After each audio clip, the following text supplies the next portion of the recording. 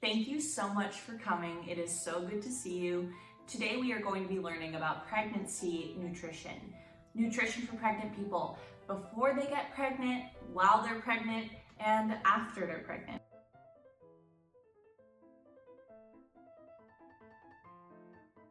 There are some complications that may occur if a mother is within an obese weight range before she gets pregnant.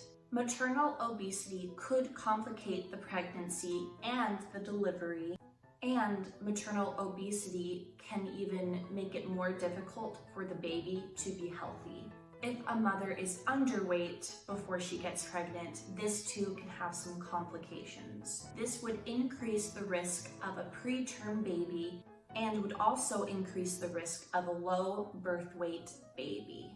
One of the most important nutritional factors for a successful pregnancy, for the baby to end up being safe and healthy, is ensuring that the mother is getting enough folate, also known as folic acid, in her diet. If a mother is deficient in this essential vitamin, then she is putting her baby at a very significant risk for what's called spina bifida.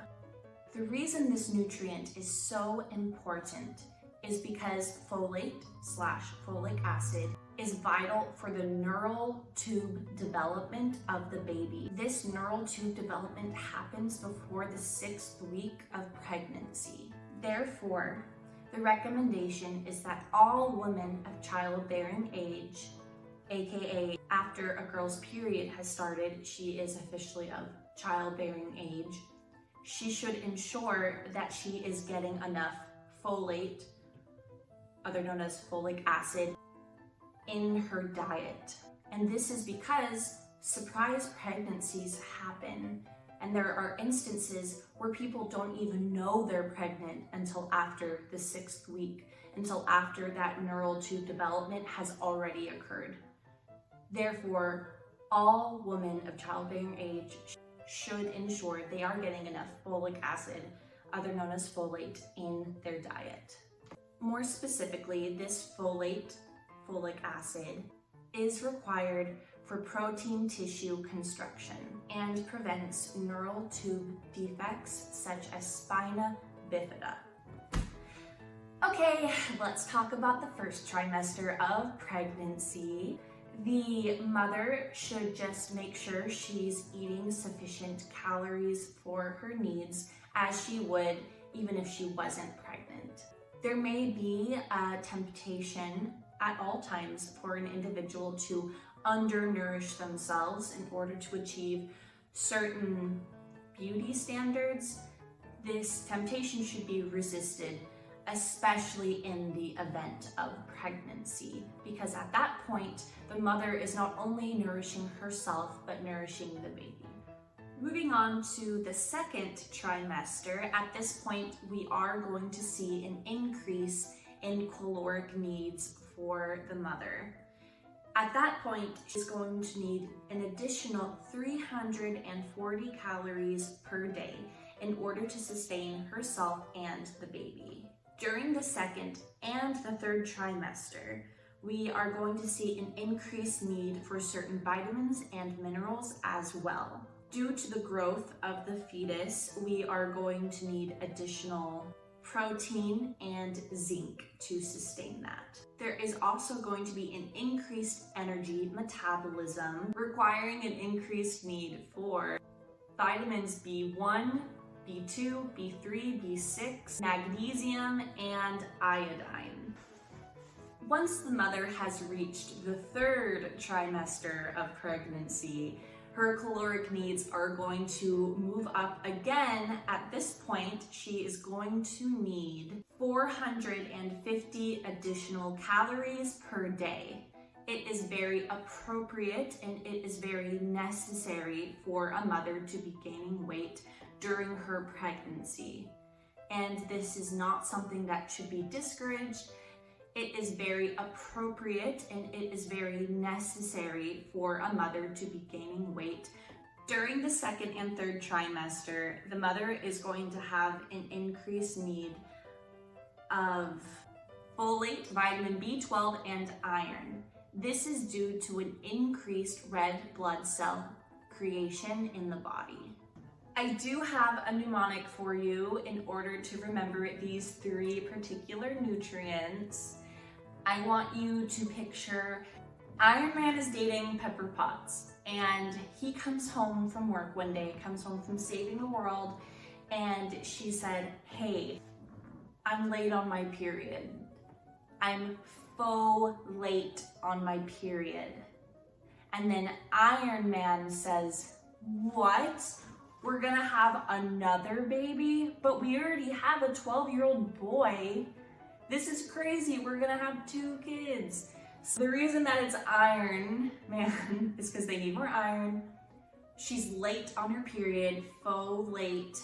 They already have a 12-year-old boy, B12.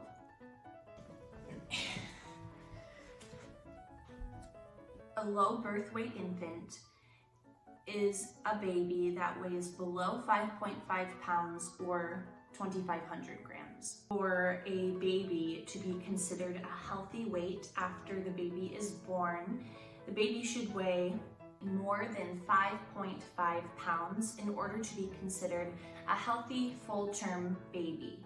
You are going to need to remember that number, 5.5. So I'm going to say it a million times. 5.5. 5.5. 5.5. 5.5 pounds. 5.5. Thank you so much to everyone that has subscribed to my channel. You are the best person in the entire world. And if you haven't subscribed, please subscribe. Please like the video. It would make me really happy. All I want to do is make the world a better place through safe and accurate nutrition, and your involvement helps me to do that. There are many benefits to breastfeeding that people may not be aware of. Has this ever happened to you? Oh, stop crying. I know you're hungry, but I don't know what else to do. If there was only a way that I could feed you right out of my own body. If only. I bet if I could feed you straight out of my body, there would be a bunch of benefits for you and me. If only we had the technology. Now, introducing breastfeeding. Breastfeeding is a new state-of-the-art way to feed your infant. There are numerous psychological and emotional benefits of breastfeeding for your infant, but that's not all. Breast milk contains immune factors that help protect the health of your little one. Breast milk is easy to digest for the baby. It's the perfect temperature. It's sterile. There's a reduced risk of an allergic reaction. And of course, it's always ready to eat. But wait, there's more. There's also benefits for the mother. It's not just about the babies, it's also about the ladies. When the mother engages in breastfeeding her child, it is convenient. It is less expensive. There's no waste. It helps the uterus contract. It helps the mother lose weight, and if you call now, we'll throw in these extra perks. Now introducing reduced risk of osteoporosis, reduced risk of ovarian cancer, and of course, the fan favorite, reduced risk of breast cancer. If you want to hear more about this amazing product, visit a WIC clinic near you. That stands for Women, Infants, and Children. You can also check out these websites to learn more. Purchase this amazing product today for the low price of $0.00. That's right.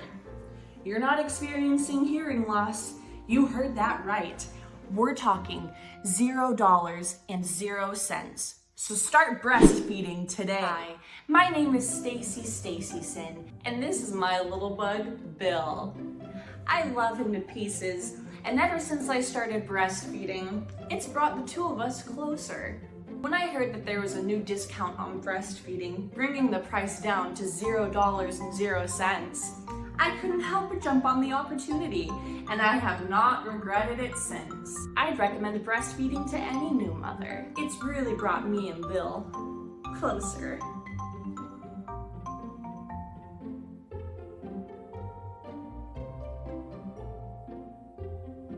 There are some factors that a mother should consider in order to keep her baby safe.